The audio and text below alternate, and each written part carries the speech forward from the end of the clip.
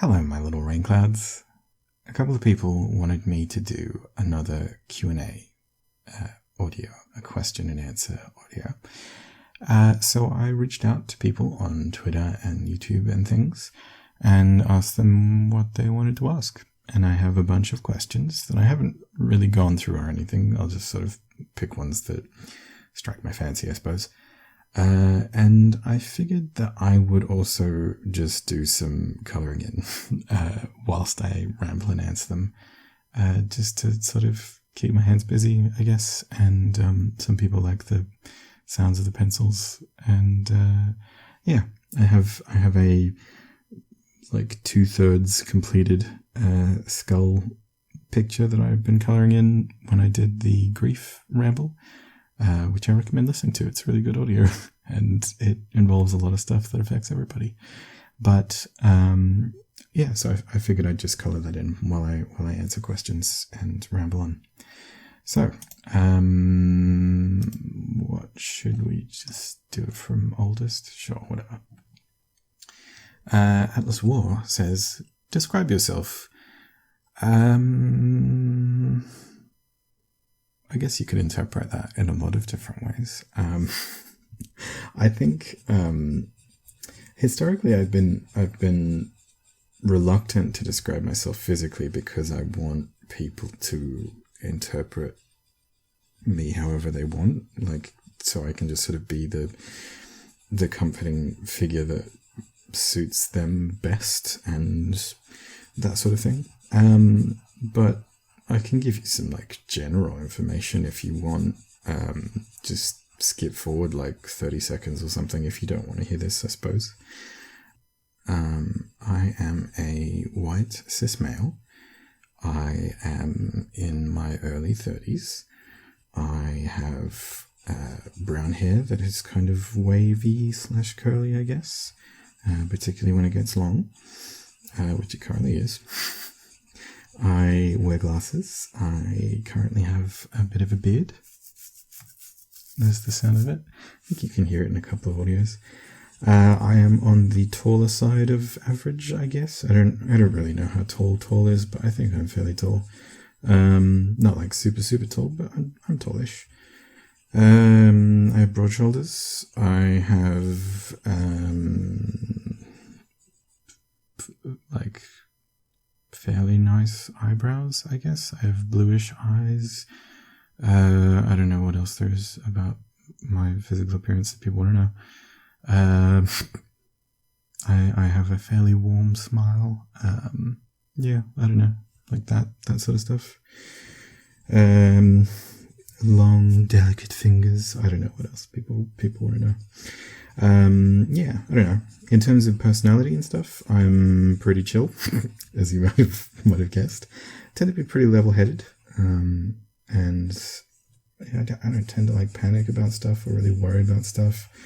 I'm usually the sort of calm one, the one that reassures people and says, "We'll be fine. We'll figure it out. It's okay." I am actually like pretty funny and playful, which doesn't come through in most audios, I don't think. But I am. I have quite the sense of humor, but I just don't necessarily use it in the audios.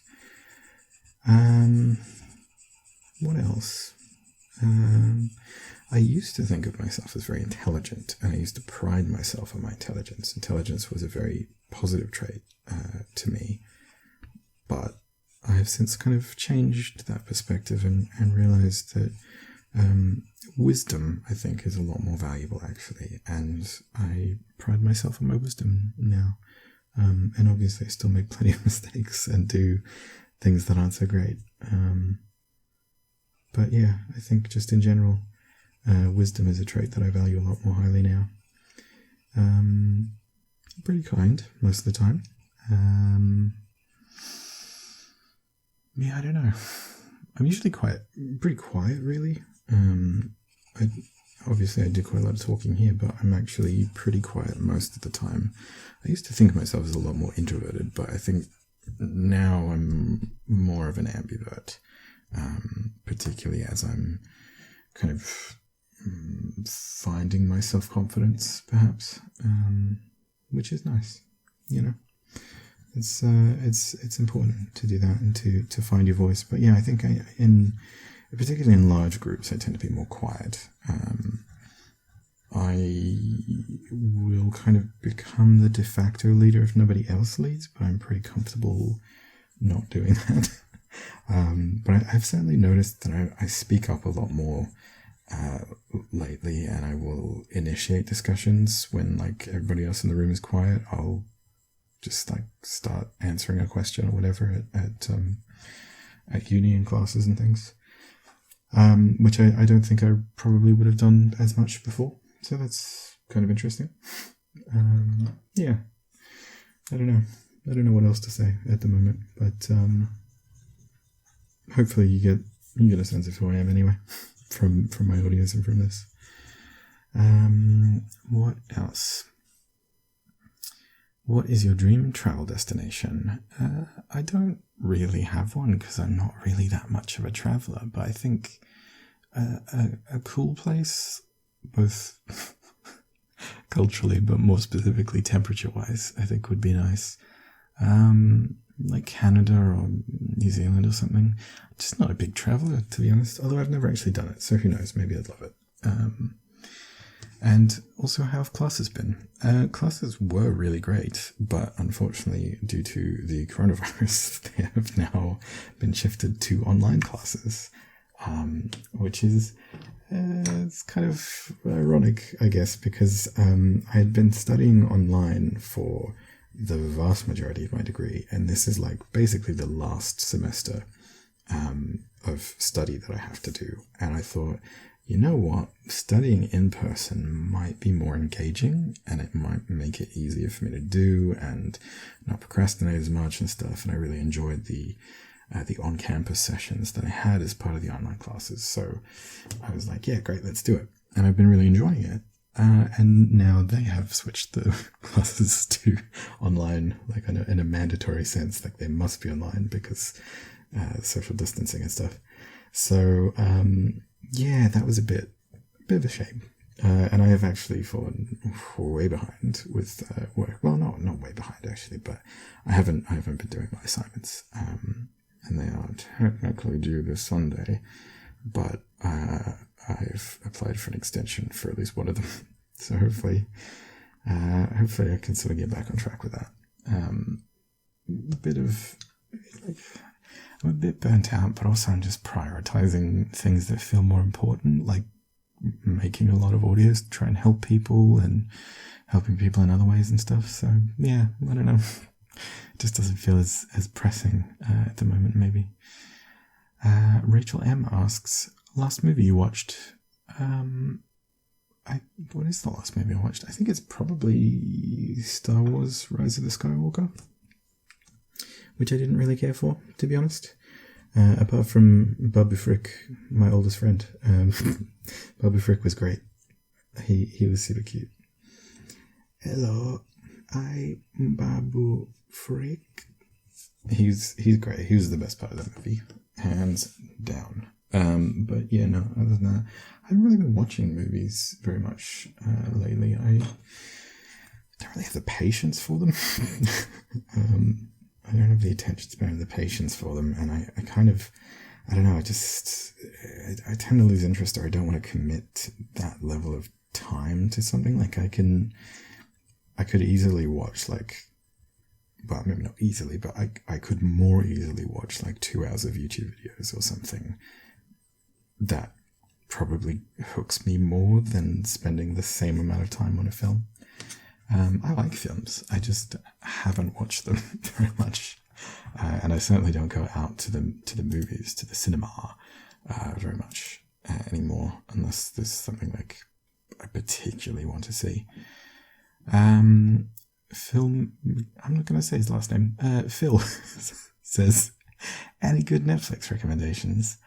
I haven't watched a lot of Netflix either, to be honest, lately. But you know what? I enjoyed The Witcher. I haven't seen the last 2 episodes because I got distracted. But The Witcher was enjoyable. Probably not for everybody though. a lot of blood and nasty things happening in it. So not for everybody. The Good Place is very nice. That is an excellent, lovely show on Netflix, and I would highly recommend it. Admittedly, I've fallen behind with that one as well. I think I've watched the first 2 seasons, and I watched the first episode of season 3, and I have not caught up on it yet, but I would like to. It's a good show.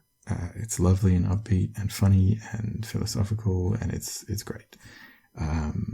And I believe it's finished now, I think. So good time to catch up on it if you want to. What else is on Netflix? I don't know, man. Just John Mulaney's comedy specials are good. If you like stand-up comedy, actually, even if you don't like stand-up comedy, I don't tend to watch a lot of stand-up comedy. Makes me a little nervous. I think I have vicarious anxiety or like a fear of awkwardness or whatever. Of just I don't really want to see them like stuff it up and fail, even though it's a pre-recorded thing that they probably perfected over many times. But just I don't know. I don't like watching live performances very much.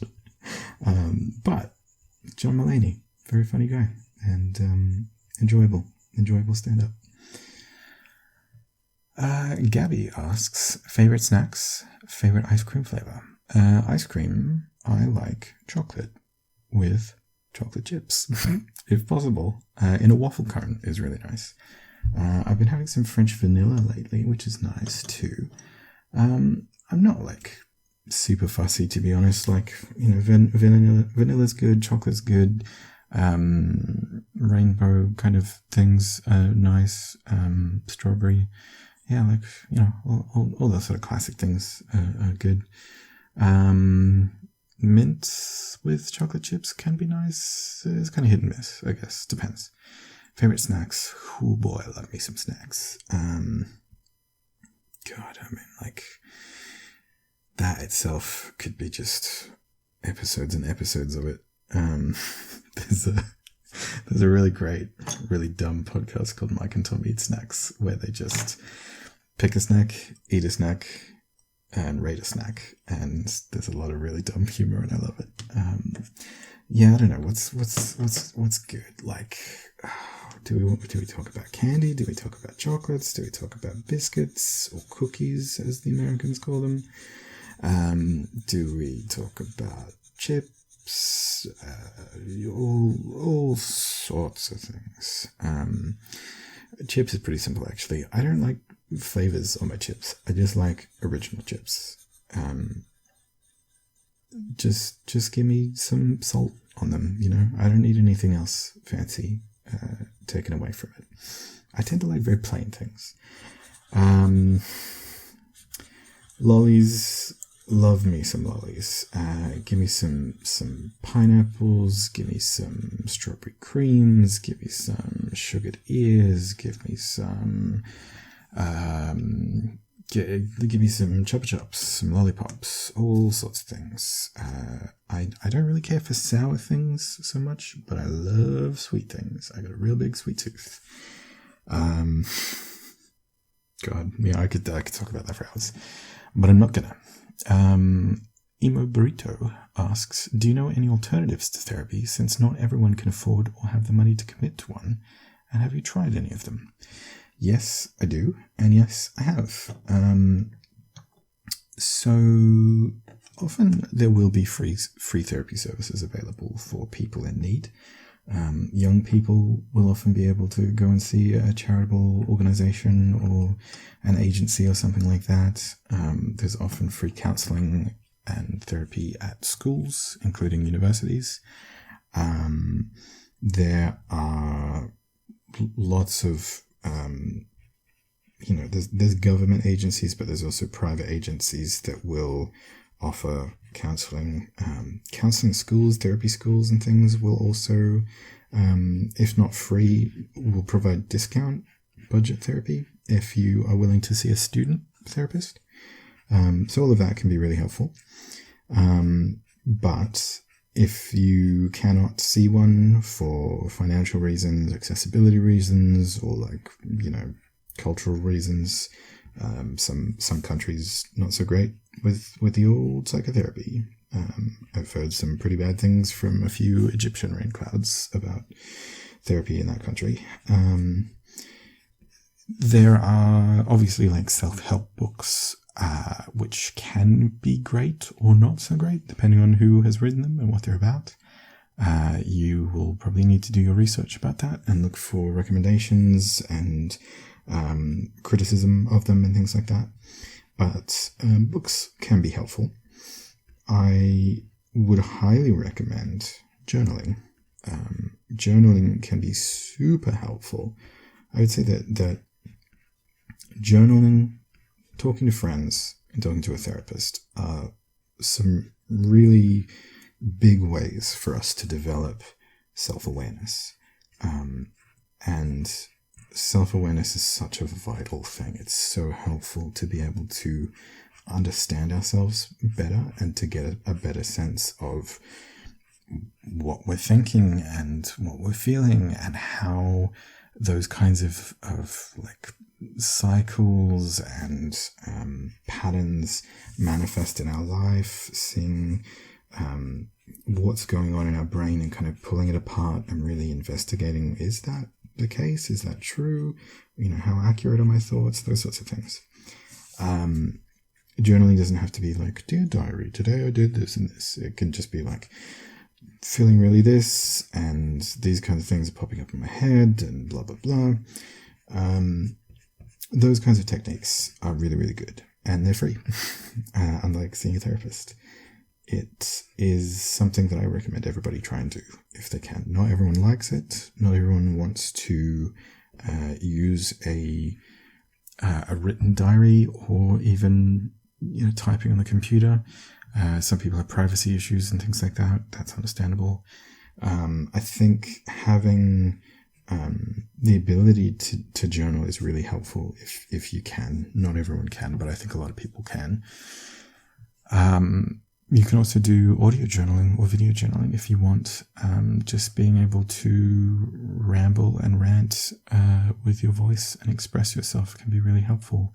I know a cool guy who does that on the regular. There's also like apps and things that you can use. There's a nice app called Woebot, Woebot. It's free. You can use it on your phone and stuff, and it provides a lot of really good psychoeducation and lessons on things. It kind of talks you through concepts in a very accessible way, little bite-sized chunks that you can do like each day or whatever. It also has some limited capacity to act as a kind of therapist, where it can sort of help reflect what you're saying and kind of identify like key issues and things. But it's obviously it's an app. It's not like a real person talking to you. So it's limited in that regard, but it's still quite good, and it can help you check in with yourself. It can help you kind of rate your mood over the course of weeks and months, and see how things are going, if there's patterns and things like that. There's also there's online therapy that you can potentially do too. There's one called Talkspace, which you can talk to a real person over the internet, over an app or whatever. It's a bit like WhatsApp and stuff. And there's other ones like that you can do. Just check them out and see if they are legit and have good ratings and ethical things and all that kind of thing, qualifications and stuff. But yeah, you can potentially look into those kinds of things if that's something that you want. Not everyone's ready for therapy as well. Not everybody actually is willing to go and work on stuff, so that's okay too. And there's great videos online. I mean, obviously mine, but also other people's too. I think Katie Morton, Kati Morton, she does some really good stuff on therapy. Lots of people, right? You can look up these kinds of psychological self-help things The School of Life does some stuff. Mindfulness meditation is really great too. You can combine that with journaling for even more self-awareness.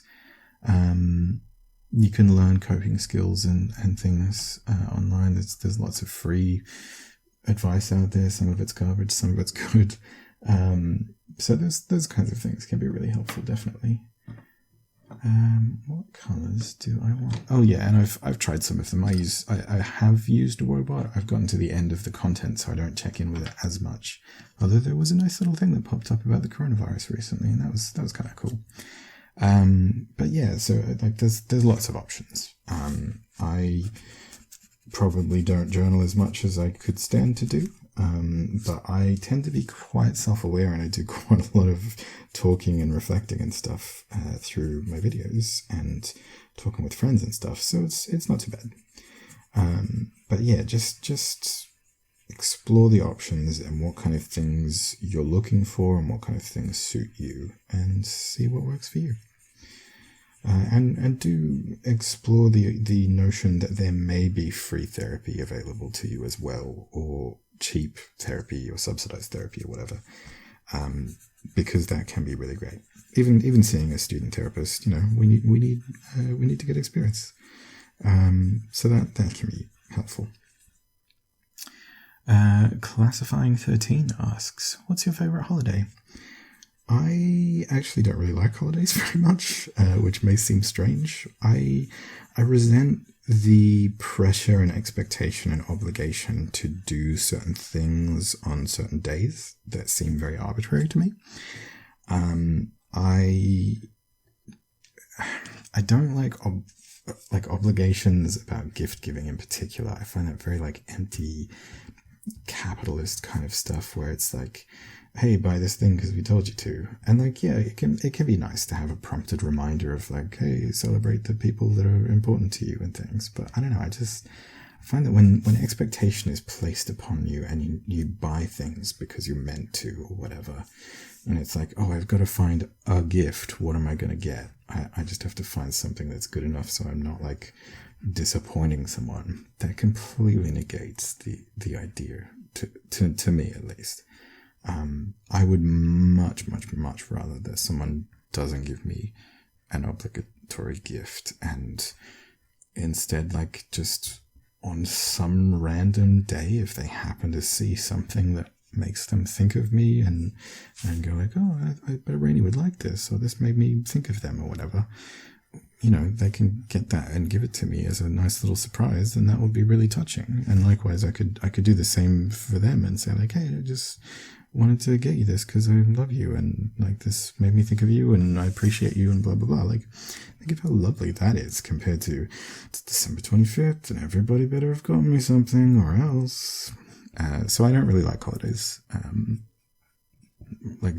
Valentine's Day is the least romantic day to me because there's so much obligation and pressure. I don't like holidays very much. What's a good holiday?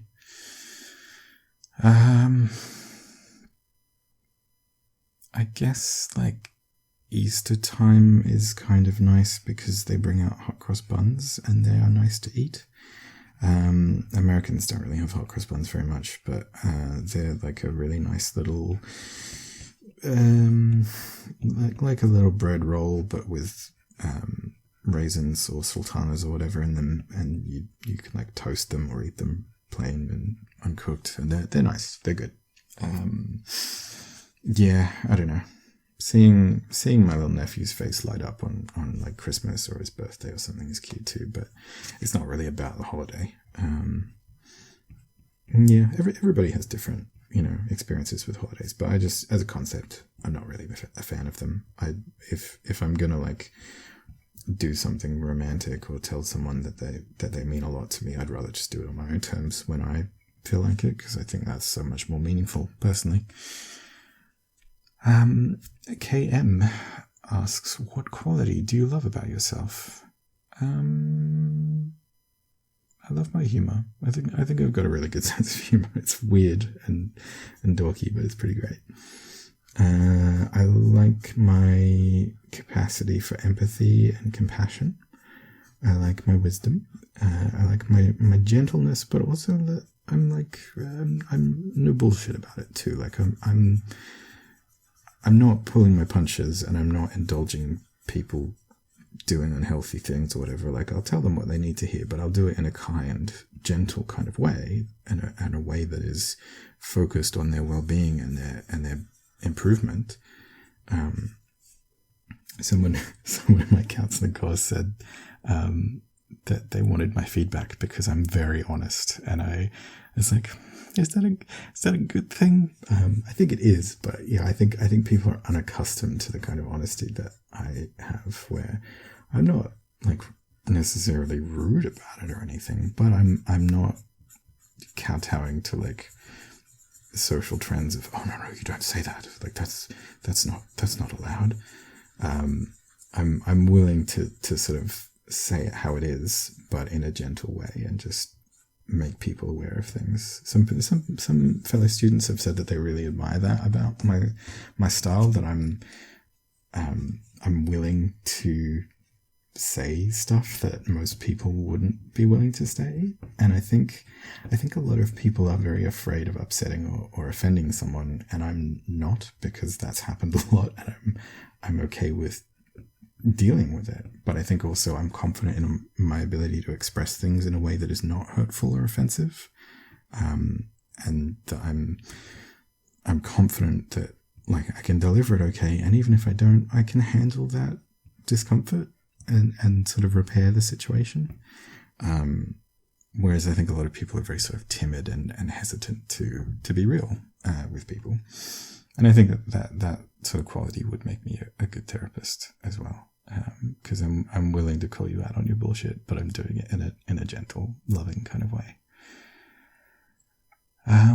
Addie Meows says, why did you start making daddy audios? And do you know what age regression is? I do know what age regression is. I don't really do it myself, but I am aware of it, and I know some things about it. I'm not like an expert on things like that, but I know some things about that. Yeah.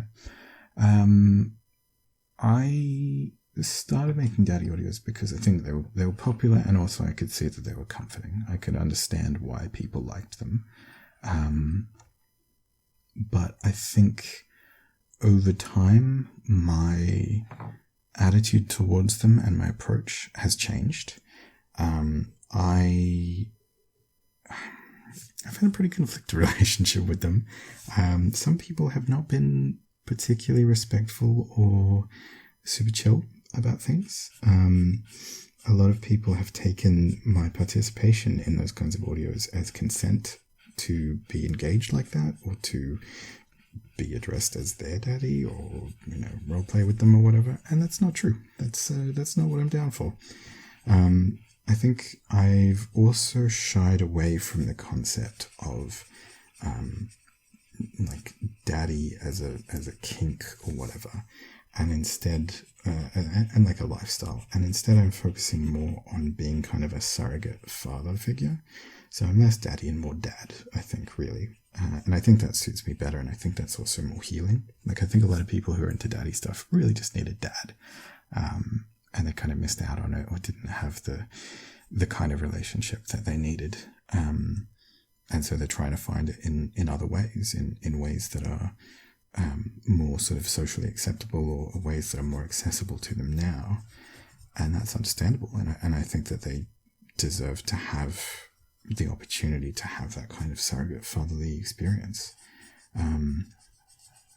I'm learning a bit more about attachment theory in my counseling course. I still don't know a whole lot about it, but I know some things.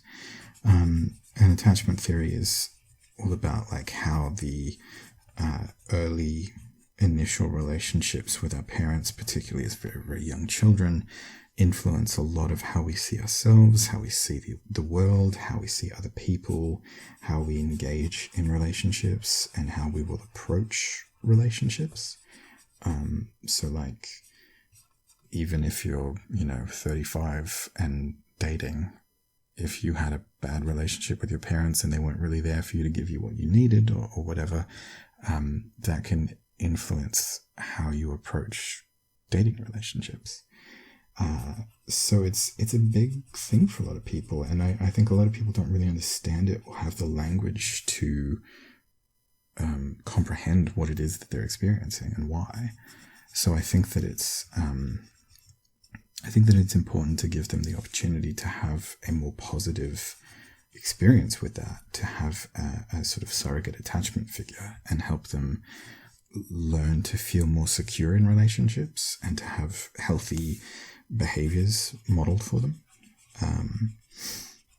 So that's kind of where I'm more at now. It's not like a romantic sexual thing. I mean, people are free to interpret it that way if they want, but for me, it's really just more providing that kind of a surrogate attachment figure, a surrogate father figure, and giving them, some positive experiences with a person who is filling that comforter role, that nurturing role, the sort of security and safety and unconditional love and affection and approval that should come from a father figure, and that they almost certainly have missed out on, because we all need that. And I think that people instinctively gravitate towards the things that they need. They don't necessarily understand why or what's happening or have the language to sort of comprehend it or explain it or express it, but they kind of blindly grope around for the area that they need. And so I think a lot of people are kind of stumbling into that, coming from other places, other attitudes and approaches and lifestyles and things, and then they're finding, oh, this is actually what it really needed, or this is closer to it than anything else I've ever experienced. And I think that that's really nice. I think it's nice that people can eventually kind of have that experience. So yeah, that's I guess kind of my current stance. So I've been gravitating more towards dad and less daddy. B. Brandon says, what is a way of calming yourself down when you're angry or frustrated? For me, I listen to your audios. Smiley face. Thank you, B. That's a very healthy way of doing that.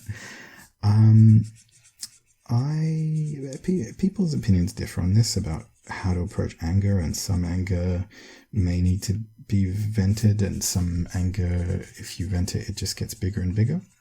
I tend to find that with my anger, I need to vent it a little bit. I need to express it a bit. And frustration and stuff the same way, probably. But I tend to find it helpful to talk about it, to do something.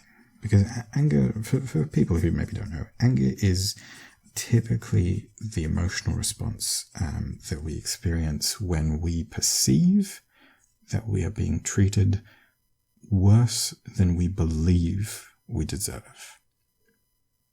That is a fairly complex sentence structure there, but I added those extra things in for a reason. It's based on our perceptions of what's happening, not on what is happening. So if you ever misheard someone who was saying something innocent, but you misheard it as an insulting thing, and you probably flared up with anger, you perceived them as saying something insulting. They didn't actually say it. It was your perception that was off, and so you felt anger. It's also influenced by your belief about what you deserve. So if you have really terrible self-esteem and poor standards of behavior for people, then you probably won't get angry when they mistreat you, which is really unfortunate and tends to worsen that problem. So yeah, it's also about self-belief. And if you're the kind of person who believes that they deserve, like, the stars and the moon, and they're, a narcissist or whatever, then you can understandably get angry, even when you're treated like actually fine, but just not as good as you believe you deserve. But pretty much none of my listeners are going to be like that. So that's anger. And then frustration is when something is stopping you from getting what you want, or what your goal is. We feel a sense of frustration. So, you want something that's on the other side of the door and you try and open the door and it doesn't open, then you go, and you push or pull a little bit harder and it still doesn't work. And you go, You feel that frustration building, and so you push even harder and it's still not working. You feel even more frustrated, so you give it a good old shove with your elbow and it's still not working. That frustration is really starting to burn now, and so the frustration will motivate you to either keep trying even harder than you're trying, or at a certain point go, this isn't working, I need to try a different approach. So you'll give up and you'll go, try and get through a window or something, a different door, or call a locksmith or whatever. And both of those emotions are really helpful, but they're also pretty unpleasant. And if you don't deal with them in a healthy way, they can get really destructive. So it's important to handle them in proper, healthy ways. Frustration usually involves you wanting to do something or change something. And anger often involves you wanting to express your anger, because typically you're perceiving someone as wronging you, and then you want to tell them to stop. You want to make them stop some way. And sometimes we lash out and we want to make them feel the kind of pain or injustice or whatever that we're feeling, so that they go, oh, whoops, and they stop. But sometimes that's not helpful. In fact, a lot of the time it's not helpful. But nevertheless, we tend to still want to express that anger. So I find it really helpful to write an unsent letter to the person or thing that I'm angry with. If someone has done something that I perceive as being really unfair, then I want to tell them, hey, this is not fair, and blah, blah, blah, you shouldn't have done this, and how dare you, and all these kinds of things. This is how I'm feeling, this is what I want. I wish that you wouldn't have done this, and I wish that you'd done this instead. Is that so hard to understand? Blah, blah, blah. I'll vent and I'll get that anger out in a letter that I will not send to them. Because obviously that letter may contain some very unpleasant things. Getting that out in a safe way, in a sort of bomb diffusal way that doesn't actually involve them getting hurt or being yelled at or insulted or whatever, is healthy, I think. And then if you actually need to say something to them, you can distill that anger down into a more sort of helpful, pure form of saying, hey, like, this thing that you did really upset me, and I'd really appreciate it if you didn't do that in the future. It wronged me because of this and this and this, and this is my perception, and I understand that you may feel differently, and, those kinds of things. So it's a more assertive, constructive kind of anger, and often a less intense kind of anger, which is helpful. So I find that writing an unsent letter is a good sort of, it's like journaling, but also a sort of simulated experience of expressing that anger in a way that doesn't actually hurt anyone. And I find that helpful. You can do it with frustration as well, I suppose, although frustration tends to want more action than words, I think, but it varies. And, talking to friends and stuff about it can be helpful too, as long as the friend is actually okay to handle that and have it, be talked about, and that they're not, struggling, they're not being triggered, they're not burnt out or unable to cope with it, they don't have the spoons for it, those kinds of things. So yeah, you can certainly reach out to friends and stuff. And of course, therapists are very helpful if you have one. Wobot can help you work through anger and stuff too.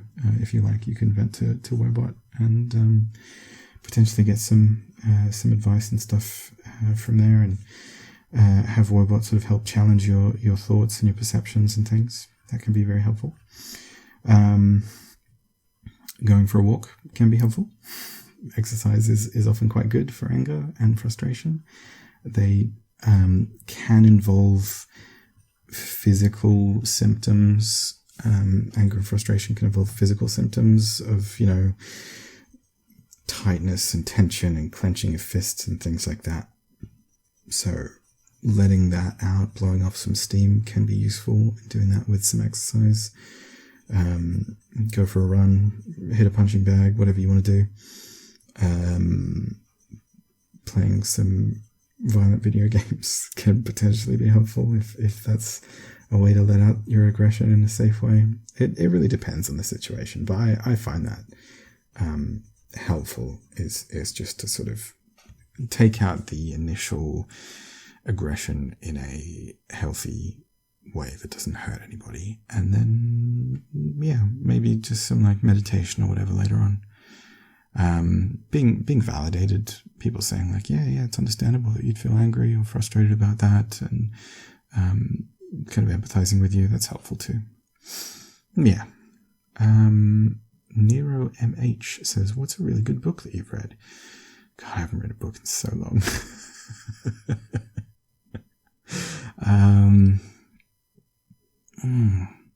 Can't even remember the last book that I read. Oh boy. I've got one waiting on my desk, but I haven't started it yet, so I can't really talk about that.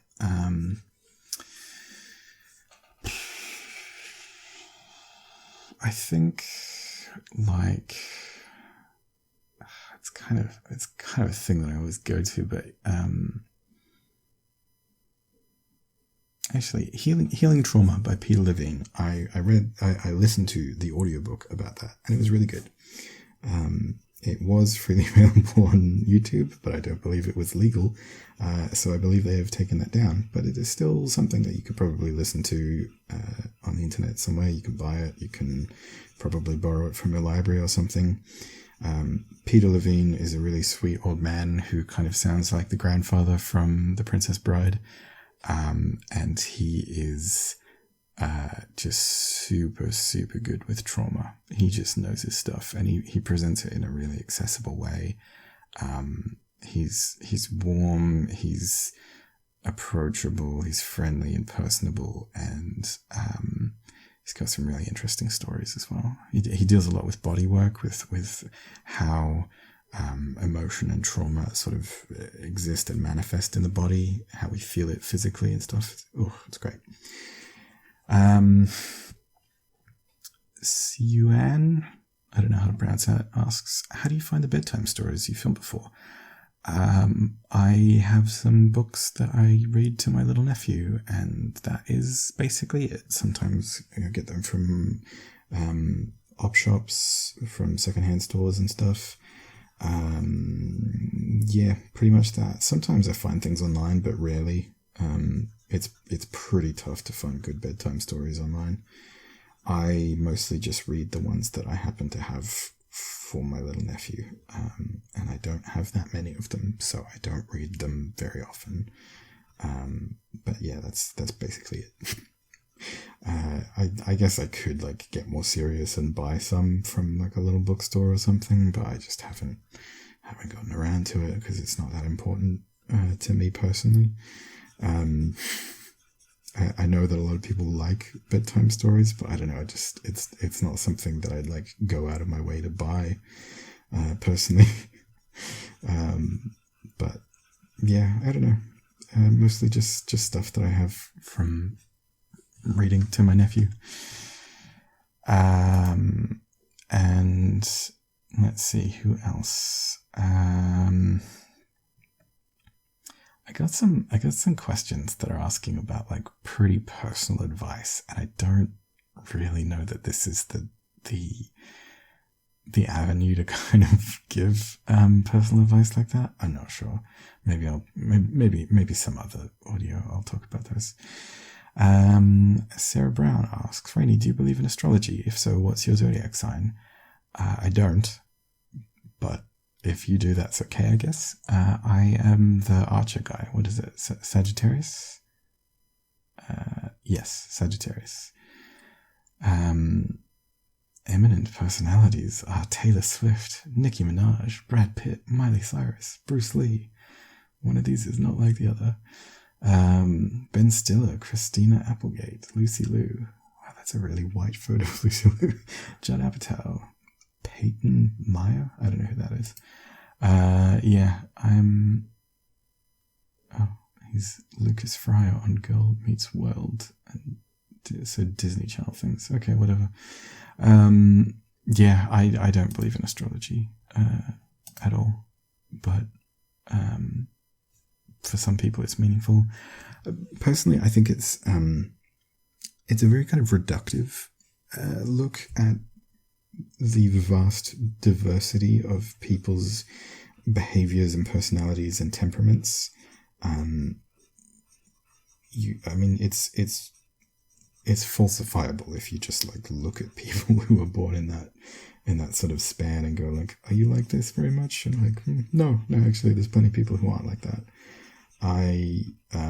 I don't fit many of the traits for a Sagittarius. You could stretch them, I guess, but I don't think that a Sagittarius's supposed traits really match me.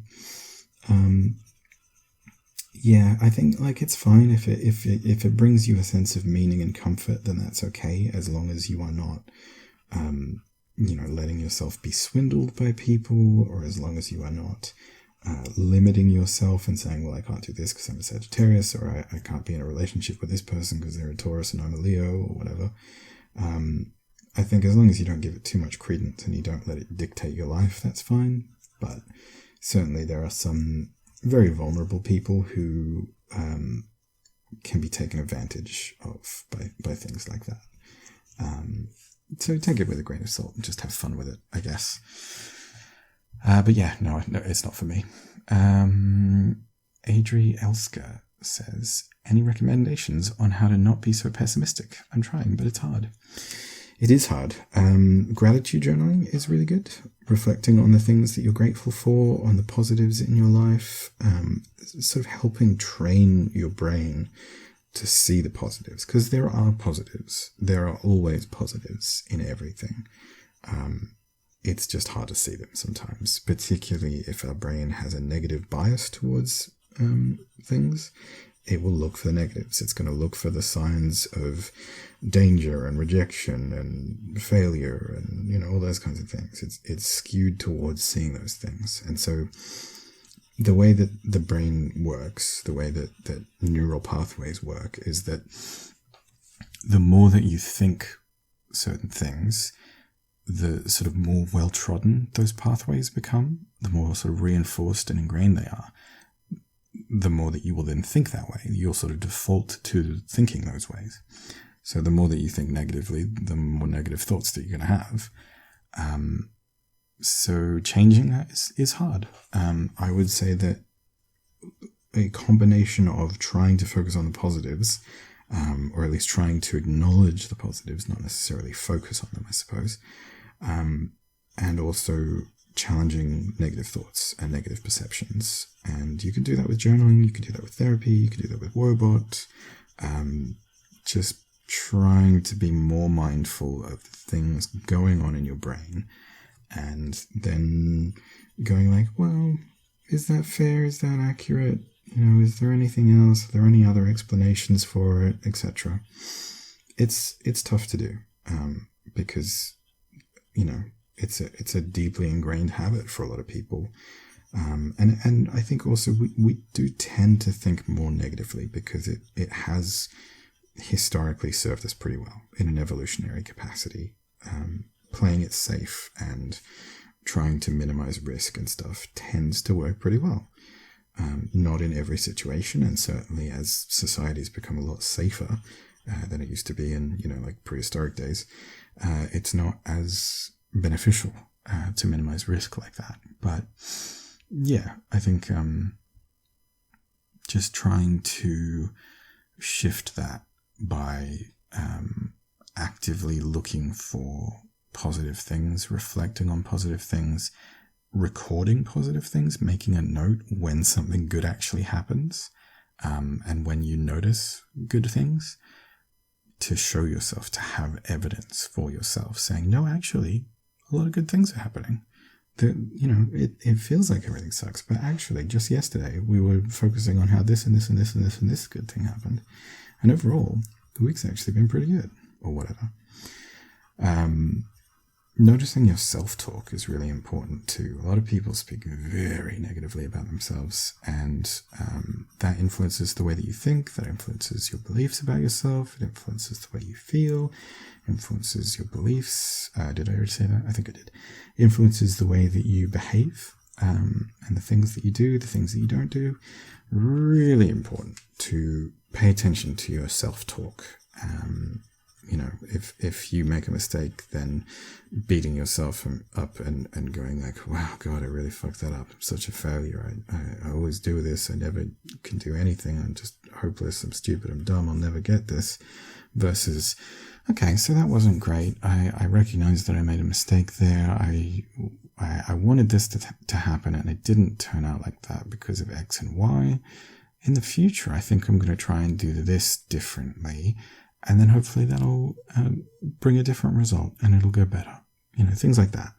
Being kinder towards yourself, being more open to the possibility that success and good things are possible. Very important.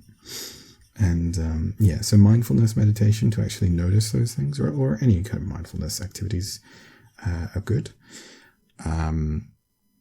Challenging thoughts, recognizing thoughts, practicing seeing the positives. Meditation is also good because it exercises the part of the brain responsible for joy. So it can literally actually help you feel better about stuff and become more positive as well.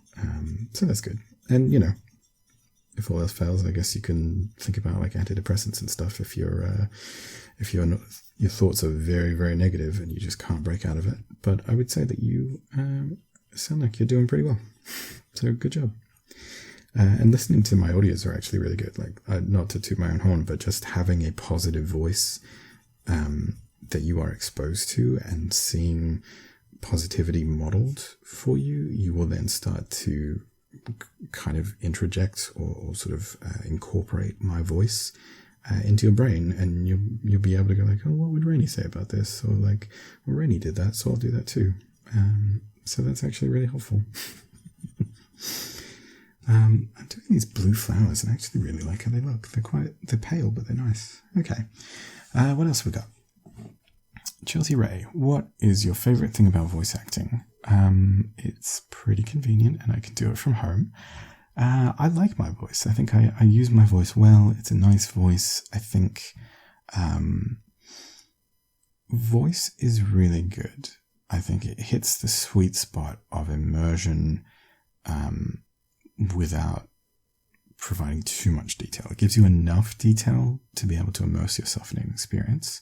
Because if you just read a text story or whatever, you get kind of taken out of it potentially, because it's there's no detail, so it doesn't really feel like it's happening. And also the act of reading words is unnatural, right? Hearing voices is something that we've done since the very beginning of time, the beginning of our existence. And reading words is obviously not something that we used to do, evolutionarily. So I think that hearing other people's voices and understanding, tone and inflection and words and things like that comes naturally to us. And then on the other side, you can have a very immersive experience with a video, a point of view video or something where you're kind of putting yourself into the scenario, but there can be cognitive dissonance when you encounter something that makes you go, well, that doesn't look like me, or that's obviously very different from my environment or whatever. So it can kind of take you out of the experience. But with audio, I think there's just enough detail for it to be immersive, but there's not too much detail that it takes you out of it, because you can just kind of close your eyes and imagine it's happening or whatever. But you still have the immersive aspect of the voice, but it gives you a little leeway that you can kind of imagine things how you want them to be. So you can imagine me looking however you want and imagine the scenario however you want. So I think that's nice. Balpreet Kaur, I don't know how to pronounce your name. Sorry, Balpreet. I heard somewhere that you were a science major. What made you switch from that to counselling? I don't know if switch is the right word. Do you have any advice for people struggling with their career and not being able to do what they're passionate about for a job? I was indeed a science major. I have a bachelor's degree of science. I graduated and everything. I have a major in biomolecular sciences and a minor in chemistry, and I'm using it not at all. I made lullaby chemistry audios. I guess that's like one of the few things, but it did let me do a graduate diploma of counseling, which is what I'm studying now. I did not switch in the sort of traditional sense mid-degree or anything. I completed the degree and then I started doing a different degree. I really liked science at first. It was pretty cool. I was learning a lot. I was indulging my curiosity. It was pretty nice, and I was quite good at most of it in the first year. But most of it, I think, was learning concepts, and I'm really good at concepts. And then it started getting less conceptual and more about rote memorization of things, which I am not particularly into. And it also got very into maths, which I am terrible at. Maths and spatial thinking are some of the worst things for me because I have a learning disability that I did not know about at the time. I have a learning disability called dyscalculia, which manifests in a lot of ways, but basically makes me really bad at spatial thinking and numerical thinking. And guess what science is mostly about? Numeracy. It is not great. Having to do concentrations, having to figure out how to balance equations, having to convert units, having to calculate how to, make like X amount of a product by doing Y amount of an ingredient in a reaction, and blah, blah, blah. It's the worst. Analytical chemistry was where I really struggled because that is so maths heavy, and it involves using math that I had never learned in high school. Because I did not do a lot of senior maths because I wanted to avoid it because I had a disability that I didn't know about. So having to do super complex maths, being behind the curve and also having a learning disability, it was a nightmare. And I just didn't know why I struggled with it so much, so I felt super dumb. But I'm not super dumb. I just don't have a brain that is suited towards maths. So that was really tough to grapple with. Also, in organic chemistry, not inorganic chemistry, organic chemistry involves something called chirality, which is the handedness of molecules. Certain molecules will be mirror images of other molecules, so they will have the same things on them, but their spatial orientation will be slightly different. And you need to be able to look at two things that are basically identical. Look at two-dimensional representations of three-dimensional abstract objects and rotate them in your brain, in your mind, and determine if they are the same or a mirror image of each other. And it is literally the worst thing in the world for me to do. It is so hard. I managed to muddle through that class, and I actually did, I think okay-ish, but God, it was so hard. It was just the worst. If you've ever seen Space Jam, in Space Jam, the Looney Tunes are invaded by these aliens, and they're like, let's challenge them to something they are going to be terrible at. So let's challenge them to basketball because these are tiny little aliens. If the Looney Tunes were trying to fight me, they'd be like, let's challenge them to chirality. It's the thing I'm least suited to doing. So I found that really, really hard. But I managed to get through it. I managed to pass. I had to switch my major. I was going to major in chemistry, but majoring in chemistry involved doing more analytical chemistry, and that was out.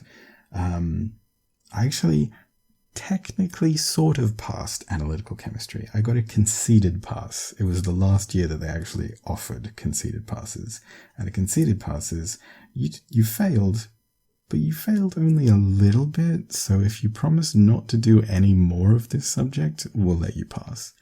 And I was like, yep, you got it. I won't do any more analytical chemistry because I hate it and I'm bad at it. This was also before I'd really worked on like handling failure and stuff like that. So it was tough. But yeah, basically as science went on, it was less about curiosity and it was more about focusing on increasingly specific subsets of science, and you have to kind of pick a specialty. And I just didn't have the passion for any specific thing. I didn't care enough about any one thing to want to be like that guy, the one guy in the world who knows the most about this specific thing. I just didn't care. So it didn't suit me. I managed to get through my degree, but didn't know what I wanted to do because I was pretty sure I didn't really want to be a scientist. My uni was offering this new kind of master's degree, and they would pay you to do it because you were like the guinea pigs. So I was like, all right, I guess I'll do that. So I did that, and I went through the first year of it and studied, subjects as fairly normal, and I managed to get through it like okay-ish. And then in the second year of the master's course, it changed very differently, and you needed to be like a research assistant, and you needed to do a little master's thesis by the end of the year, and you were in charge of that, and you had to make sure that you were on track with doing your thesis and chipping away at it and planning it out and doing all those things. And I did not do that because I was not passionate about it, and I was very avoidant, and so I was like, I'll just put it off, I'll do other stuff, I'll focus on other things. I was procrastinating like mad. I was falling way behind. It was a bad time. I hated it. And eventually it got to the point where I had left it too late, and my supervisor was like, maybe this isn't right for you. And it was like, yeah, I think so. And there was a lot of family stuff going on at the same time, so I decided to drop out because I was clearly not suited for that particular thing, and I needed to help out with my family. So I decided to do that. Took a break for a while, ended up being real depressed and lost and didn't really know what to do or what my purpose was or anything like that. It was a rough time, but I went to therapy, and therapy was really helpful. And eventually I was like, maybe I'll do this, because I was already making audios that helped people, and I was finding that very fulfilling. So eventually it was like, why don't I just commit to doing this? And my therapist helped me find a sort of fairly low entry course into counseling. But it turns out that didn't give you any like actual qualifications, so I would have to do more study anyway. So I was like, fuck it, I'll just do the graduate diploma. So I did, and here I am. It's almost finished. I'm almost finished that course. I just have a little bit more to do. I've got to do my placement, and then I will actually technically be able to be a counselor. I could technically do it now, actually, because you don't need qualifications, but it helps, and I think ethically you should have qualifications in order to do it. So that's where I am. It was quite the journey. Do I have any advice for people struggling with their career and not being able to do what they're passionate about for a job? I went to a career advisor, a career counselor for a while, whilst I was still studying at uni, and that was a bit helpful, although largely it was looking for a whole bunch of stuff, and then my careers counselor saying, what do you need me for? You're already doing it. Meaning my audios, because I was doing those. I was like, I don't know what I want to do. I don't have any passions. I don't have any values. I don't know what my purpose is. And it's like, you're already doing it, bro. So, yeah, basically that was my experience with that. But it was actually quite helpful. And I think a lot of people would probably find that helpful. Yeah, talking to a therapist is good too. The thing is, right, that you don't actually have to do this, like your super passions and values and stuff as your career, as your job. Some people actually don't want to do that because they worry that it's going to be like tainted by being their job and their livelihood, and it's going to make it a chore. So some people actually prefer not to. And that's totally valid and totally fine. Some people want to do what they're passionate about for a career, for a job. That's cool too. Not everyone has the luxury of just being able to change job like that. Understandable. I would recommend, rather than putting all your hopes on doing a particular thing as a career, identify what your values are. I have a good audio about this called The Meaning of Life. And it talks about finding your values. And I talk a bit about that journey that I described briefly there. I think that's really helpful. Finding what your values are is such an important thing, and it influences your life and the direction of your life so much. Having the knowledge about what is important to you and what kind of things fulfill you and give your life meaning is just the most important thing you can do, I think. And a big part of what therapy was all about for me, really. But finding what your values are is super, super important. And then finding things that you can do to fill those values, to give yourself a sense of purpose and meaning and fulfillment. Those things do not have to be jobs. Those things can be hobbies, they can be activities, they can be relationships, they can be, creative pursuits, they can be whatever you want, whatever it is that resonates with you. And often we have many values that cannot be filled by one single job. So your job may hit some of your core values and not others, and so you will need to do extra things. You'll need to volunteer, you'll need to, have hobbies, have relationships, have things on the side that fill those other values. So that's pretty normal anyway. And you may eventually change jobs. Most people do change careers several times in their lives, in which case, you may change so that some of your other values are being filled by your career, and then some others are probably not going to be filled by that new job. So you will still need to find some thing to fill those, neglected values.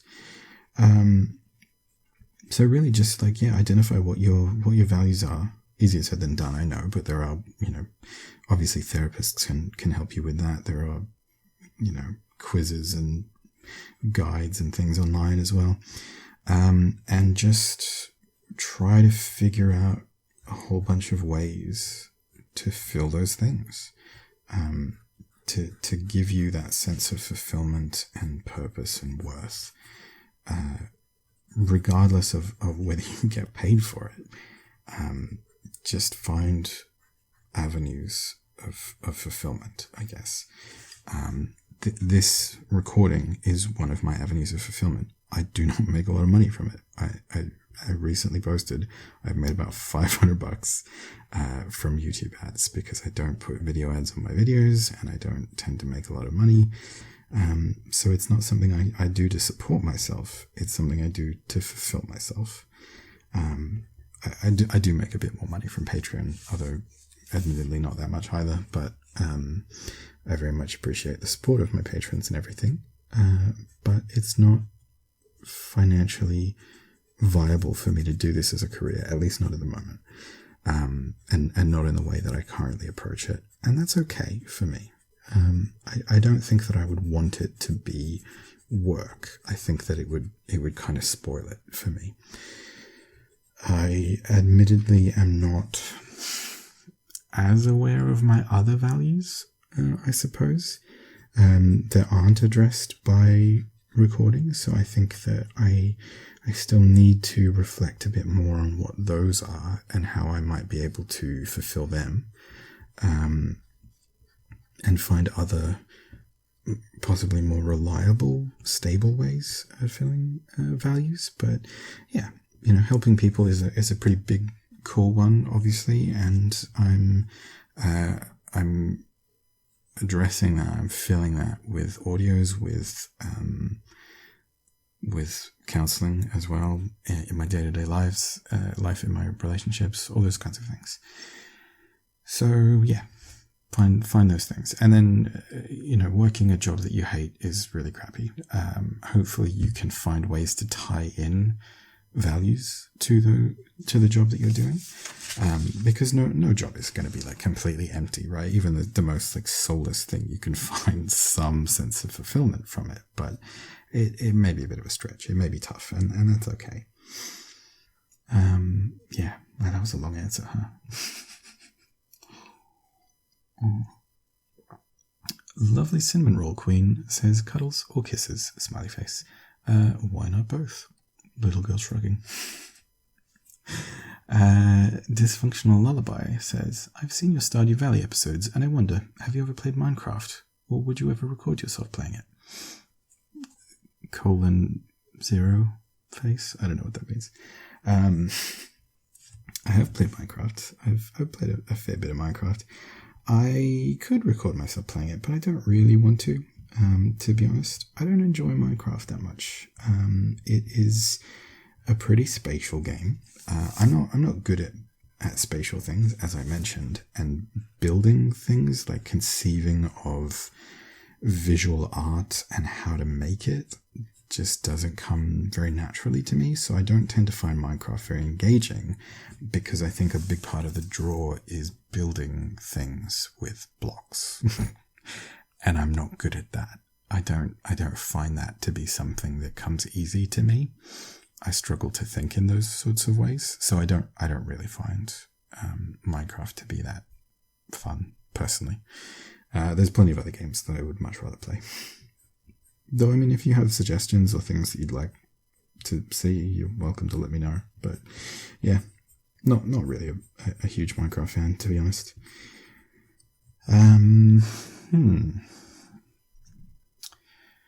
I've got some more advice questions, which I think are important, but I don't think I really want to answer now, particularly because I've been doing some pretty long, big rambles. God, it's already like an hour and 12 minutes or something.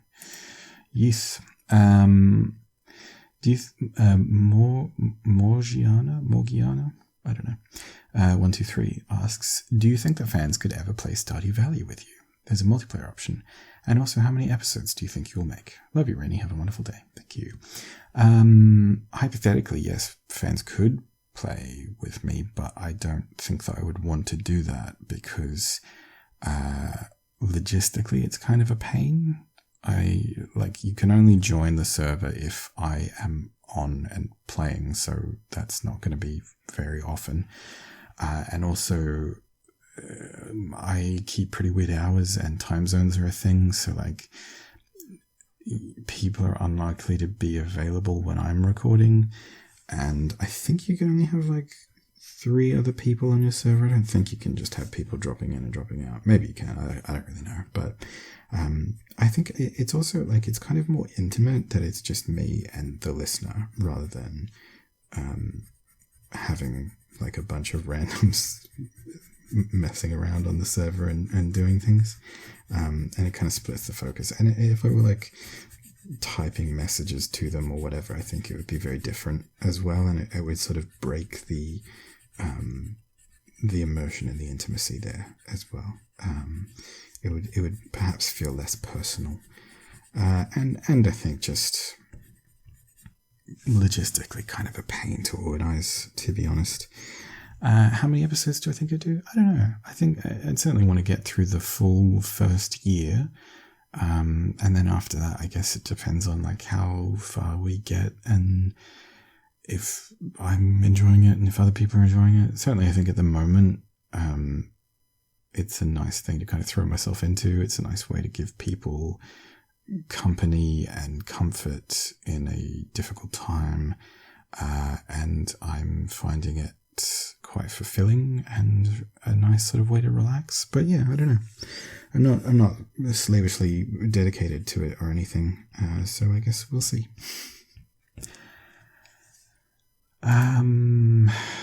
Oh boy.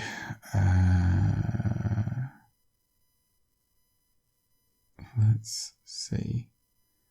DXX says favorite music genre and your favorite song.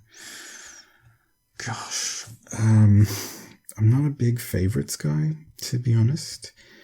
Favorites shift and change. I like a lot of 80s music, a lot of like folk music, soft stuff, acoustic things, jazz, big band, swing, just a whole bunch of stuff. Favorite song, gosh, that's so tough.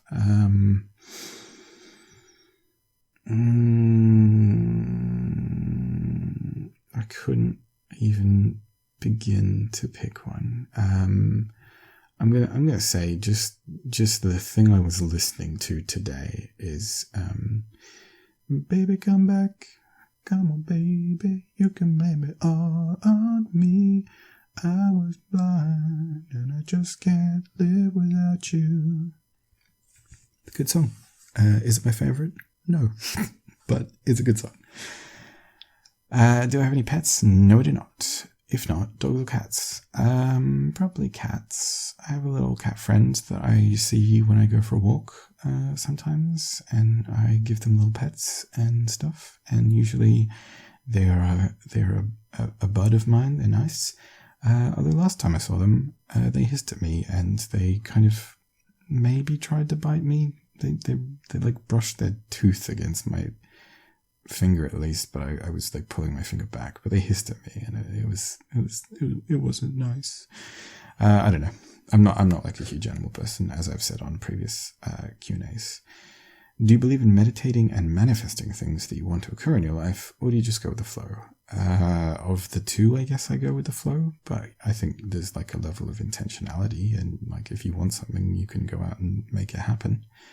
But yeah, I guess go with the flow. I don't believe in like The Secret or anything like that, at least.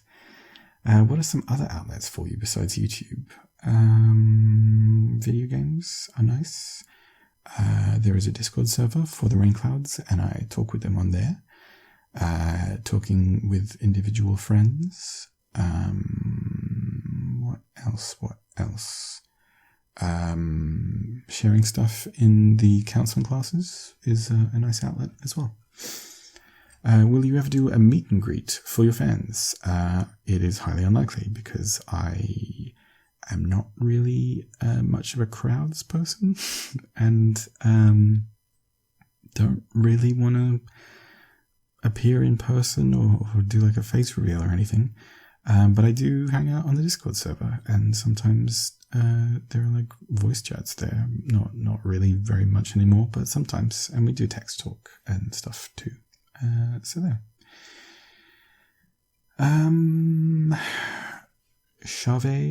Chave Payne, I think is their name. Since Final Fantasy was inspired by D&D, do you have a favorite Final Fantasy? I do not have a favorite Final Fantasy. I've never actually played a Final Fantasy. It is a kind of video game, for people who don't know. Not really a fan of JRPGs, not really a fan of Final Fantasy, never really got into it. Have you done a D&D campaign before? I have. It didn't go super well. Well, I did a couple of one-shots that went pretty well, but other than that, not really. Of all the fantasy races, which one would you be? I tend to pick elves a lot, so I think probably an elf. I don't know if you just transformed me in, like if you pulled me into the fantasy world and I was like automatically assigned a thing based on my personality or whatever. I don't know if I'd actually be an elf, but I think I like elves. They're graceful, they're nimble, they're noble and pretty and wise and old and gentle and stuff. Yeah, it's nice. Do you experience ASMR personally? I don't. I've never felt it. It's a cool thing in theory, but I've never actually done it. There's a lot of questions there. I don't know that I have interesting answers for most of these.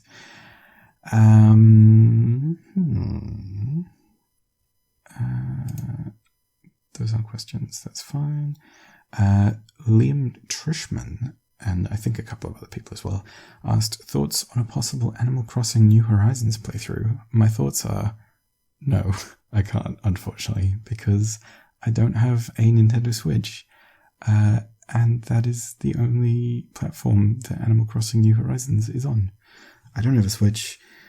I can't really justify spending like $500 on a Nintendo Switch. I just don't think I'm going to use it that much. Animal Crossing looks lovely. It looks really wholesome and enjoyable. If you have a Nintendo Switch, check it out because it's apparently great. I just have never played... I played a little bit of an Animal Crossing game on the Nintendo DS. The Nintendo DS is the last handheld console I have had. And even then, I don't think I played a whole lot of it, but it was kind of cute. Unfortunately, I don't have the means to play Animal Crossing New Horizons or anything. If anyone works at Nintendo and wants to change that, hit me up. But no, unfortunately not. There are some other like chill farming-y kind of games that I could do. My Time at Portia is one of them. I've got Farming Simulator 19 because I got it free from the Epic Game Store. I don't know. There's things like that. I could play those sorts of things, but Animal Crossing itself, no, unfortunately not. If they make it for PC, I'll grab it, but I don't think that's going to happen anytime soon, unfortunately. And it sounds like emulators are not a thing that really work for the Wii, so can't do that. Sorry, unfortunately. Who are your favorite bands, artists? By Ryan Weissenberger. That's a good question. I used to be really into They Might Be Giants. They're quite an odd bunch, but they're good. They're good fun. Whenever I'm asked those sorts of questions, my mind goes completely blank. The Lone Bellow, really great, sort of folk, gospel-y kind of band. The Arcadian Wild does some lovely folk music as well. Who are bands? Hall & Oates, ELO. I love ELO. Electric Light Orchestra, they're great too.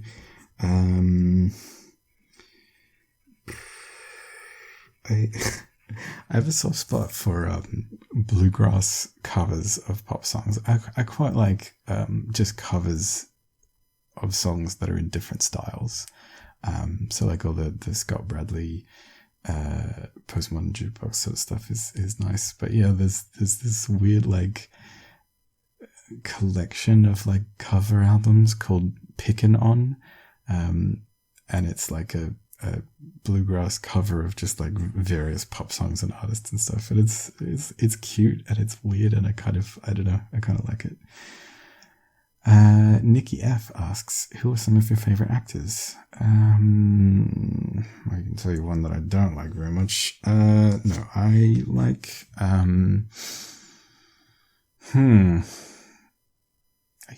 think I used to be more into actors. I don't really care that much anymore. What's his face? Spider-Man boy. Tom Holland. He's cool. Chris Hemsworth seems pretty chill. Chris Evans also seems like a pretty chill guy. He seems like a pretty good person. Emma Stone is lovely. She's very charming and charismatic and very pretty, and I like her a lot. I don't want to interact with her at all. Perfectly happy with her not knowing I exist. Don't want to meet her. Just like to look at her from afar. Same with Emma Watson. There are people who I'm like, yep, I'm glad you exist, but I don't want to interact with you at all. Daniel Radcliffe seems like a cool guy as well. He's like kind of down to earth and funny and weird. Ian McKellen, great guy. He seems super cool. Patrick Stewart, super cool, good guy. Who else is an actor? I don't know.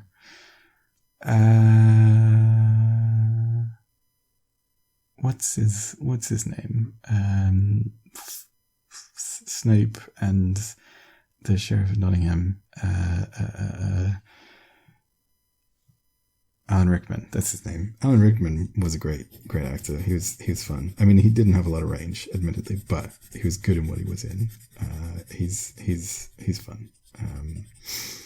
Yeah, I don't know. God, actors. There's a lot of them. Rose Leslie, who was Ygritte on Game of Thrones, gorgeous. Love her. Love the way she speaks. Love the way she looks. Don't want to interact with her at all. Happy she exists. Sean Bean, he's great too. I don't know. Yeah. Voice actors maybe as well, I guess. Matt Mercer's good. Liam O'Brien. Jeff Bennett. Troy Baker. God, I don't know. Just a million people. D. Bradley Baker. Jennifer Hale is fantastic. I don't know. Lots of people. Who's that one guy who does Wolverine all the time? Steve Blum. He's good too. Yeah, lots of people. I don't know.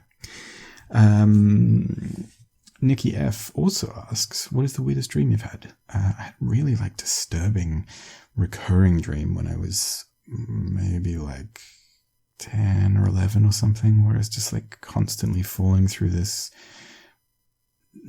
bottomless, endless sort of vertical tube / hole, and it was all in black and white, monochrome, checkery kind of patterns, and sound was really distorted and slow, and I don't know why it was so disturbing to me, but it was, and the fact that it kept coming back was pretty disturbing. Who knows, man? I've had some weird dreams that I've analysed in counselling classes and stuff, but yeah, I don't know. There was one I had somewhat recently where I was going to the dentist and I needed to find a place to park. And I just couldn't find one, so I called them, and I was like, I'm so sorry, I'm going to be late. I've got to find a place to park. And interestingly enough, I had gotten out of my car and was walking on foot trying to find a place to park my car. Which, I don't know how that works. Don't know where the car was meant to be. It was just we just transitioned to being on foot, searching for a parking space so that I could, I guess, go back to my car and then park it somewhere. But where was car?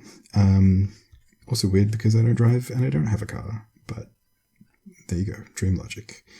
Yeah, I don't know. Dreams are weird. Dreams are pretty fascinating if you look into them and analyze them and stuff, but not really a huge guy when it comes to dreams. Not really my thing so much. Although sometimes it can be interesting to analyze other people's dreams.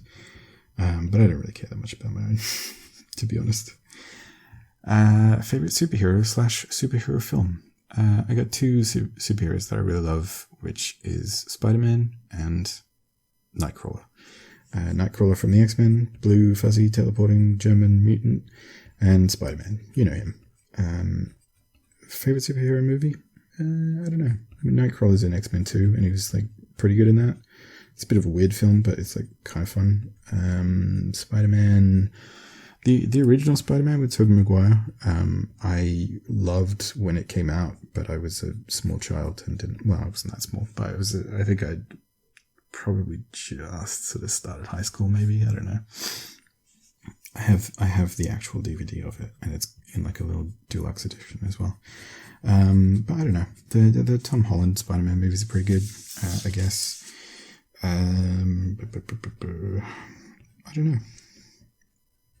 All the movies are kind of fun and kind of crappy as well. Thor Ragnarok is fun, but it's pretty wild. It's pretty atypical of a superhero film, I guess. Yeah, I don't know. Froofy Bowl says, how tired does your voice get after doing a video game video? You talked for 2.5 hours in a recent one, and I wondered if you ever get hoarse. I do sometimes get pretty tired, pretty sore voice. I'm noticing I think I'm speaking a little bit more of a sort of gravelly register now, which is probably going to hurt my voice a bit more. It varies. I don't do any like warm-up-y kind of things, which I know I should do, but I don't really know what to do, and I also can't really be bothered sometimes. But I tend to be speaking in a softer register, so it doesn't tend to tax my voice quite so much. It varies, but yeah, I do sometimes I need to rest them. I find when I'm like on a call with a friend for a long period of time, my voice tends to get more hoarse than if I'm recording. Maybe I'm speaking more mindfully and more intentionally, more deliberately, and there's a different kind of approach to it, I suppose. But yeah, it varies. Taking a drink to rest my voice. Dr. Pepper asks, do you like to draw or paint? No. Visual art is really tough for me. I think I would like to, in the sense that like it would be cool if I could, but I don't. Yeah, it's not something that I find really suits me, I suppose. Pinky the Bunny says, what is your favorite video game of all time? That is a really tough question. Oh no, it's not. I already answered that, did I? Technically, because I said it in the first episode of Slay the Spire. Slay the Spire is probably my favorite video game. I haven't played it in quite a while though, actually. I think I kind of overdid it and needed a break. But yeah, Slay the Spire, such a good game. Oh. I'm also really enjoying Hades, although again, I think I've kind of overdone it with that too. But Hades is really fun, and Fantastico. And Stardew is lovely as well. Would you do a relaxing typing video? I don't know what that means. Maybe Atlas War? If you can clarify what that means, maybe. I think that's most of them. Why did you choose to make YouTube videos? What inspired you to do this? I think I already talked about that in my why do I make audios audio. So there you go. And then I have a couple on my Twitter. What's good? Do you play Animal Crossing? No, I do not. And I can't play it on my channel because I don't have a Switch. Sorry. What's my favorite beverage? I love Pepsi Max. It is my soda of choice. I also really enjoy chocolate milk. I also enjoy regular milk. And good old water is nice too. Favorite genre of movies? Probably comedy or sci-fi. I guess it depends. I don't know. Superhero movies are fun too. Sure, whatever.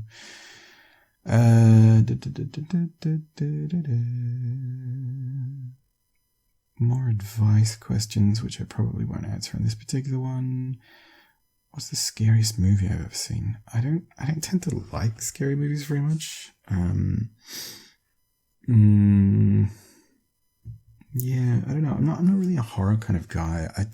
I do this weird thing where I will read the Wikipedia synopsis of horror films because I'm sort of morbidly curious about them as a concept, but I don't actually want to experience them myself. So yeah, what was the last scary movie that I actually watched? I don't even know. Like, yeah, I genuinely, I can't even think of one that I watched in like the past 10 years or something. I watched Alien like a couple of years back. That's pretty scary, I guess, kind of. It's not like super, super scary, but I think for its day, it was pretty good. What's the most useless talent you have? I can whistle really well. It's not completely useless, I guess, but I'm a good whistler. Any other useless talents that I have? I have hypermobility. What's it called? Like hyperextension in my thumb joints. I have double jointed thumbs basically, so I can like bend them back really far and waggle them around and stuff. That's pretty useless. In fact, it's actually like really probably bad for me, if anything, because it makes it hard for me to hold pencils. I had to have like a bunch of occupational therapy when I was a kid to help me learn how to grip a pencil and stuff. So not super fun, admittedly. What's your favorite way to waste time online? Is it really wasted? If I enjoy it, I don't know. I like hanging around with my rain clouds on Discord. I like playing games with people. I will rewatch old YouTube videos that I've enjoyed, like people playing games and things. That can be fun. Yeah, I don't know. A bunch of little stuff, I guess. Do you watch RuPaul's Drag Race? I do not. I've never seen an episode. I hear that a lot of people like it, though I also hear that RuPaul, not the greatest person. Turns out they do some not so great stuff, including fracking. they like own a whole bunch of land and they do like drilling and fracking on their land, apparently. Seems bizarre, but yeah, so I don't know. It's I don't know. It's not really my show, to be honest. I don't really like reality television, personally, but to each their own. And what are two of my favorite snacks? Oh god, I already kind of answered this, but what's a good snacks?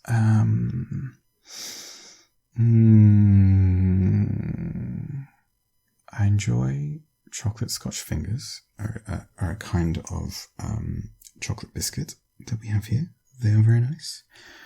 Oh, actually, you know what? A snack I haven't had in a long time is chocolate spiders, which sounds unappetizing, I know, but they're nice. You have them in like Australian bake sales and stuff.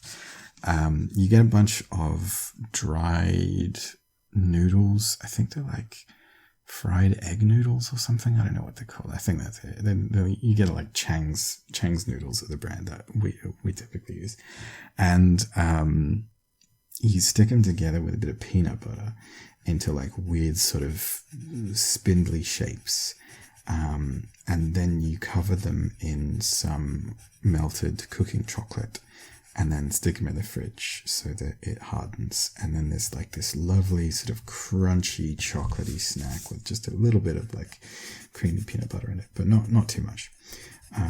It's mostly just the chocolate, and it's like cold and it's hard but not too hard, and it's got a crunch to it, and it's just it's good. It makes the chocolate taste better as well. Yeah, those are good. It's a nice Australian treat. I'm sure they have them in other places too, but yeah, good stuff. Good stuff. And then I think I had a couple on Discord as well. Taya asks, what's one audio that people don't really listen to, but you would really want them to? That is an excellent question, Taya. Thank you for that question. What a helpful little moo cow. I think that, I mentioned it before, The Meaning of Life, I think, is possibly the most important audio that I've ever done. And not a lot of people have listened to it, I don't think. I think it is a really, really important audio. And I think it has the potential to make your life a lot better. I'm proud of that one. It means a lot to me personally, because it was a very significant thing for me to do, and something that I wanted to do for a long time. Your Words Matter is a really important one too. I think probably quite a few people have listened to that one, but it seems like they could stand to listen to it some more, because I still get a lot of self-deprecation and apologizing. Be kind to yourself is a really good one. And You're Not the Exception. Both of those together are really good. I think people may have been kind of turned off by the fact that they may be a bit confrontational, even though I think that's what people need. Those audios, yeah, they're not an easy listen, but I think they're a really important listen. And the messages in there and the little exercises are really important. So give them a listen, please. I think the How We Handle Stress and Trauma audio is really good too. That is a really great ramble. It condenses down basically most of the stuff that I learned in trauma counseling, like over the whole sort of semester, condenses it down into about an hour. And, it's obviously that's a long audio. That's quite a lot to listen to, although it's actually shorter than this Q&A. Go figure. But it's a really good audio, and I think it's something that would benefit everyone to listen to, even if you don't have trauma, because chances are you know someone who has trauma or will know someone who will have trauma, and you may experience it yourself. And I think just as a society, we need to be more trauma informed and aware of what trauma looks like and how it works and what it really means. So I think that's a really important one too. And the recent grief ramble that I did, I think that's really good too. It's an audio that I wasn't super happy with in how I approached it, although listening back to it, I think it's not too bad. But it didn't meet my usual standards because I was a bit more rambly because I was coloring in this very picture. But I think it's a good audio still. It has a lot of really important stuff in it. I think it's also an important audio for me to have released because I wasn't 100% happy with it. Challenges my perfectionism. But I think it's something that just everybody needs to confront, and it's something that we don't really talk about. We're not really allowed to talk about grief and loss and, the kinds of feelings that will come up and things like that. And it makes us better friends and comforters and loved ones when we are able to talk about those kinds of things and that we're more comfortable sitting with them. So I think that that's super important, but unfortunately something a lot of people will want to avoid. Touching on things like the coronavirus scare and climate change and stuff and the sort of global grief that people are suffering and the loss that has come from those things is so important. But sadly something that is not really addressed or acknowledged by people. So I think that's a good one too, honestly. I'd recommend that. Lots of audios there. Yeah. I think also the fear of flying one unfortunately didn't get a lot of listens, but I think it is a good one. And the sort of condensed version of Help for Panic Attacks is good too. And also some of my poems. The poetry that I've read is really good too, but unfortunately I don't think a lot of people have listened to it. Too Much by Tyler Ford. Really great poem. Oh, it's so relevant for so many clouds. And yet I think a lot of people haven't listened to it. I'm not in love with the way that I read it and the sound quality of it, but it's still such a good poem. And the recent poem that I did as well is really lovely. The Journey by Mary Oliver. Really, really good. Lots of audios there. Alexi, the chicken, asks, what's a game you love that you feel is underappreciated or that not many people recognize when you mention it? Ooh, that's such a good question. I think that there are some games that are actually really good and are probably recognized by people, so maybe I won't talk about those. But gosh, the Evil Genius is a game that I really loved. It is a strategy kind of management game, I guess. It was probably like 2010 or something, maybe. What is it? Evil Genius game. 2004. Gosh. Okay, I overestimated that. Yeah. Okay, that was a long time ago. Evil Genius has such a beautiful aesthetic. It's very informed by like Art Deco kind of James Bond things. You play as like a James Bond villain, basically, and you're trying to take over the world and send out your minions to, do big capers and crimes and things, and stop the good guys from taking you down. It's so much fun. It's campy. It's got a lot of humor to it. The music is mwah, and also the visuals are just fantastic. It's a bit jank, but it's fun. It's great. Apparently there is a sequel being made, possibly. Let me read up on this. 2020 is its planned release date, so yum. That would be great. Also, there's a game called Freedom Force, which is a superhero game, and I loved the heck out of that game. I played it so much. You could like make your own heroes and costumes and things for it. You could custom make powers, which could be ridiculously powerful and broken, but really fun. And just a lot of time spent like leveling entire cities with my superheroes as a kid, and having the sort of formative experience of making the journey to a game store with my mum, typically going to the shops, buying the thing in a physical store, buying a box, big glossy cardboard box, paying the money for it, having to like sit on a bench or something while mum's doing the shopping and just reading the manual of the game is such like a nostalgic experience. Like, obviously it's so much more convenient to buy games online now, but just having that experience and reading the manual while you're waiting for your parents to finish doing the shopping and like reading it on the way home and stuff. It's something I feel a great deal of nostalgia for.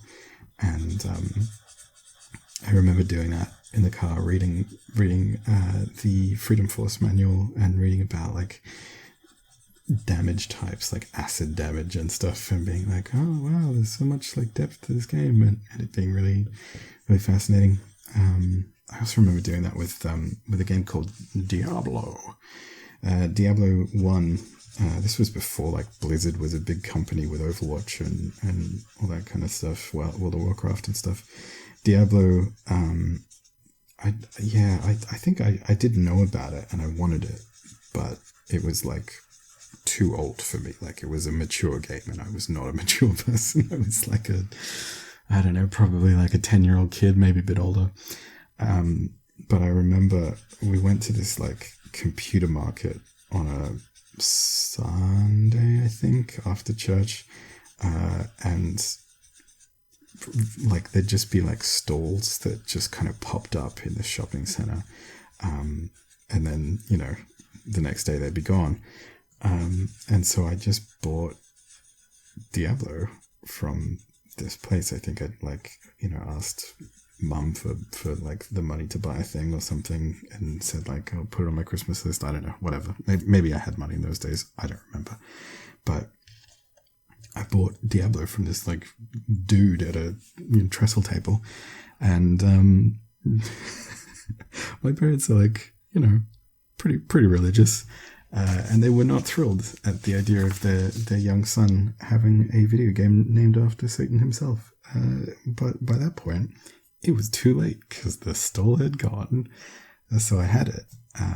and my brother was like going to basketball games because he joined some basketball team or something, and I don't know, I didn't care at all, but I had to like sit around while he played basketball, and so I just distinctly remember like sitting on the sidelines of that basketball court reading the manual for Diablo, and it had beautiful art, like this gorgeously drawn art in like grayscale, but still just beautiful, and so much just evocative art, and just immersing myself in the descriptions of like game mechanics that I couldn't really conceive of because I hadn't played it and I didn't know what these things meant, but still just trying to absorb all this information, sort of preempting the idea that I will get to play this thing, and just being fascinated with this world I had yet to experience.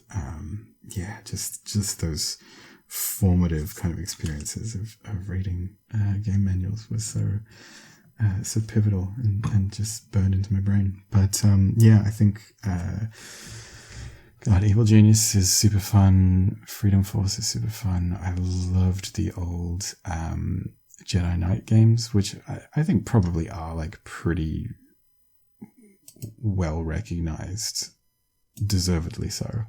The old Star Wars Jedi Knight games, they were great. There's a game made, when would it have been? Probably like 2008, maybe, called The Saboteur. I may be completely wrong. I'm bad at estimating time and years. It's 2009, not far off. It's part of dyscalculia that I don't know when things are. But The Saboteur was an open world sandboxy kind of game, a bit like Grand Theft Auto or something, I suppose, but it was more focused. It was set in World War II in German-occupied France, and so you were this like hard drinking, hard talking, hard fighting Irish mechanic, I think, who was like fighting back against the Nazis. And so you like sneak around, you could steal uniforms, you could blow things up, you could like sabotage all sorts of things, and it was really cool. It was pretty janky, but it was also really great. And it didn't really get like the reception that it deserved. I think it was actually like pretty fantastic. And I remember enjoying that a lot. It also had really distinct visual styles because when the Nazis were occupying a certain area, it was all in black and white except for the Nazi flags and stuff, which had the vivid red. It was very sort of Sin City, I guess. So you'd see like red. I think maybe red blood, and also like the Nazi flags and things. But then as you liberated areas, they gradually had more color coming into them, a bit like Pleasantville or something, I suppose. And that was very like evocative, and it was very satisfying to see that the color shift and the sort of life and vibrancy come back to a place. So that was a really fun game as well. I enjoyed that. It probably doesn't hold up as well as I remember it, but it was enjoyable at the time, certainly. God, I don't know what else. I used to play a lot of Star Wars games. So Star Wars Rebellion was a really fantastic. It was such a deep, complex strategy game that I had no way of comprehending the level of complexity because I was a young child. I think I was still in primary school when I was experiencing this game that my brother had brought home from one of his friends. He was also still in primary school, I think, but it was just ridiculously complex. Like, I don't think that my brother and I really knew anything about how to play this game. And it was quite dry, really. Like, it was a lot of management and stuff, but just seeing all of these like Star Wars characters come to life and sending them out on missions to do like covert raids and stuff was really, really fun and fascinating. I've tried to play it since then, and it's ambitious, it's interesting, it doesn't hold up terribly well, and also there's like super bad compatibility issues, like it does not run well, and also there's like a really long introductory like speech that you cannot skip, which is pretty painful as well. But I love that game still. even with many flaws. God, yeah, I don't know. I love so many games. There are so many games that I am so fond of, but I guess those are some of the sort of underappreciated gems, perhaps. I just have the teeth left to do on the skull, and I'm not really sure what I want to colour it in with. What colour do I not have a lot of? Red, I guess. Brown. I'm not sure. I've got quite a bit of pink. What about this? That'll do, sure. Kind of a blurple colour. So, I think that's pretty much it. There's one more question from Decembriana, and it's a good question. I don't know how to answer it. From one of her favourite podcasts, what is something you thought you knew, but later found out you were wrong about? Oh, I know something actually. How antidepressants work. I think I learned quite a bit about antidepressants because I studied medicinal chemistry at uni, and I also have taken antidepressants and still do take antidepressants. So I read up a bit about them, but also I had to do a project on, I think it was Zoloft, for uni. So I studied a bit about them, and I had a pretty good handle on what I thought was the way that they worked, the sort of method of activation and method of action and stuff on antidepressants.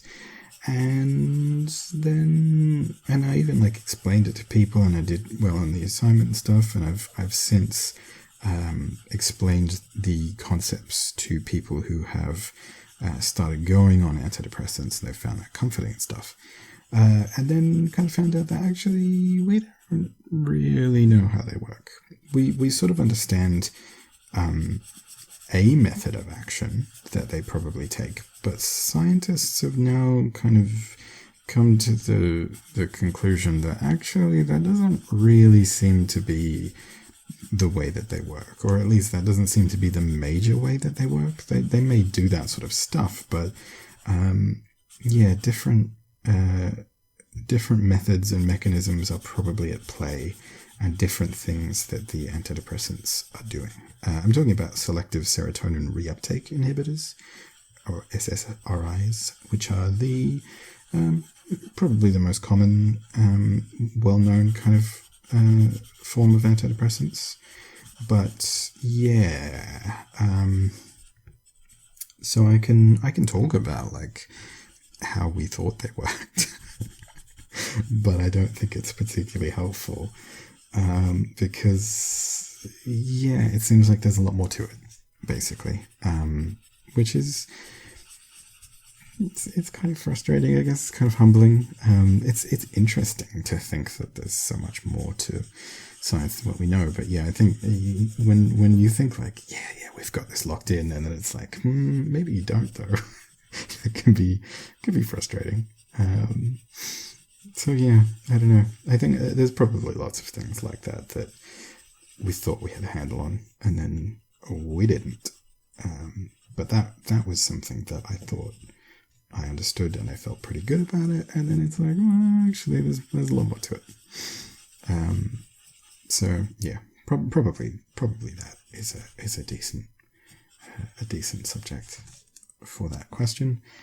And I have now finished this drawing, and it looks pretty weird, but kind of nice as well. I will take a picture of it and probably stick it at the end of this audio. And that was my Q&A audio.